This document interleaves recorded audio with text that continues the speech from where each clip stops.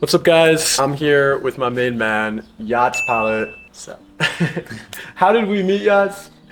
literally, David was my neighbor in an Airbnb right upstairs. And then we just introduced ourselves and I said, "What do you do?" And he's like, "Oh, I'm a business coach specifically for entrepreneurs and like spiritual healing and wellness." And then he was like, "What do you do?" So I was like, "I'm one of those entrepreneurs." So just worked out perfectly, I think, in that moment. Yeah, and then I checked his Instagram and I saw he's got like this huge following and it's really impactful and helps a lot of people.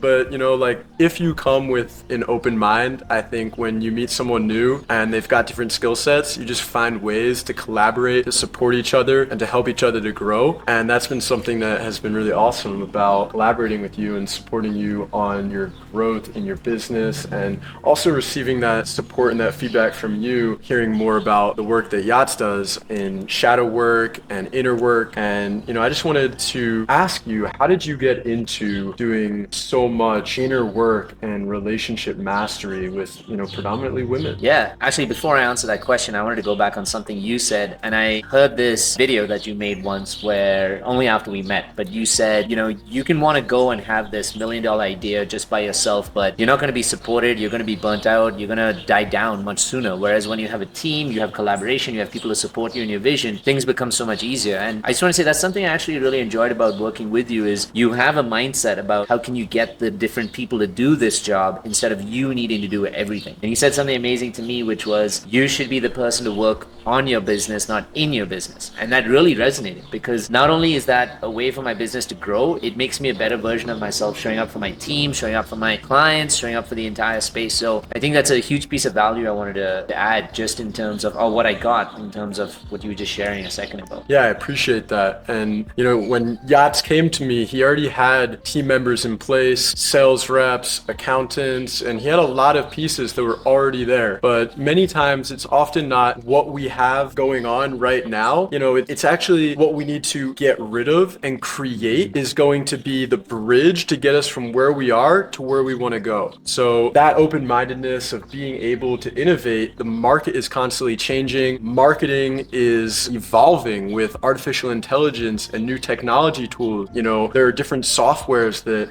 I spoke to Yats about that he didn't know, and those things can really help to decrease inefficiencies in your business and just increase the amount of flow and fun and freedom that you create for yourself and your team and your community as you start to gamify things and make it a little bit less serious and a little bit more free flowing. With that being said though, you've come a long way in your business. So what's some advice that you would give to someone that is trying to break into having successful 10 to 20K per month as a relationship or inner work coach? Yeah, it's a very competitive niche and there's a lot of people who want to fit in there. And the truth also to tell you is that 90 to 95% of entrepreneurs or young businesses fail in the first 3 years. I mean, we're blessed to have passed that, but one of the things I remember during that period of time is not wanting to be everything, not wanting to be everyone, not wanting to have all of the money, but was to make the small steps consistently. Don't take rejections personally. Don't take other people's projections personally either. A lot of people will tell you your business is not going well. You need to push and improve this. Sometimes you just need to keep your head above water and do the small little steps. But more than anything, I think it is about believing in yourself. Seriously, I know this is a piece of inner work I'm giving back to everybody, but if you don't believe in yourself, you don't believe in the fact that who you are as a coach or what you're offering can actually change lives, it's going to be very hard for you to create anything. So you have to believe in whatever you're trying to sell, whatever you're trying to create, whatever you're trying to give. If you believe in it, your energy sells it for you before your words do. And that becomes a really powerful piece. But the other piece I want to say about that is in working, I know David's a business coach and I'm just saying this not for his sense, but to tell you really, I've worked with different coaches along the way. I, as a coach or a mentor, have a mentor myself. One must always have one if they want to grow. And business coaches for me in my business, or even as a coach, have given me a perspective that I couldn't have because I, like you, am so involved in the work. So sometimes I can't see what I need to improve or grow. I'm just seeing okay, what I need to do, what I need to do, what I need to do. It can get tiring, it can get fatiguing. You don't involve the right people. So I can say just working with a coach in general, a business coach, someone to guide you, they give you this outside perspective that allows you to expand your business, expand your capability. And a lot of people are hesitant to doing that. They're not so open. But if you want to grow your business, you must be willing willing to receive. And receiving is not just receiving wealth, it's also receiving guidance, receiving information, receiving support. And if you open up to that, I think there's so much growth that's capable, for people everywhere. Yeah, and that's something that I really commend Yats about, and is one of the reasons why I think that he's so successful in his relationships, in his business, and in his life, is that he's open to receiving. But even to take it a step further, what you also are really good at, Yats, is pulling the trigger. So when he sees an opportunity and he sees the potential of that opportunity working out, even though there is also a chance that it might not work out, after, consciously weighing your options, oftentimes when you really trust your intuition, he pulls the trigger. And I see that just in a very small microcosm of working with him over the last few weeks, that is something that is so invaluable to have if you want to become this really successful coach, guide, inner work consultant that is changing lives on a massive scale.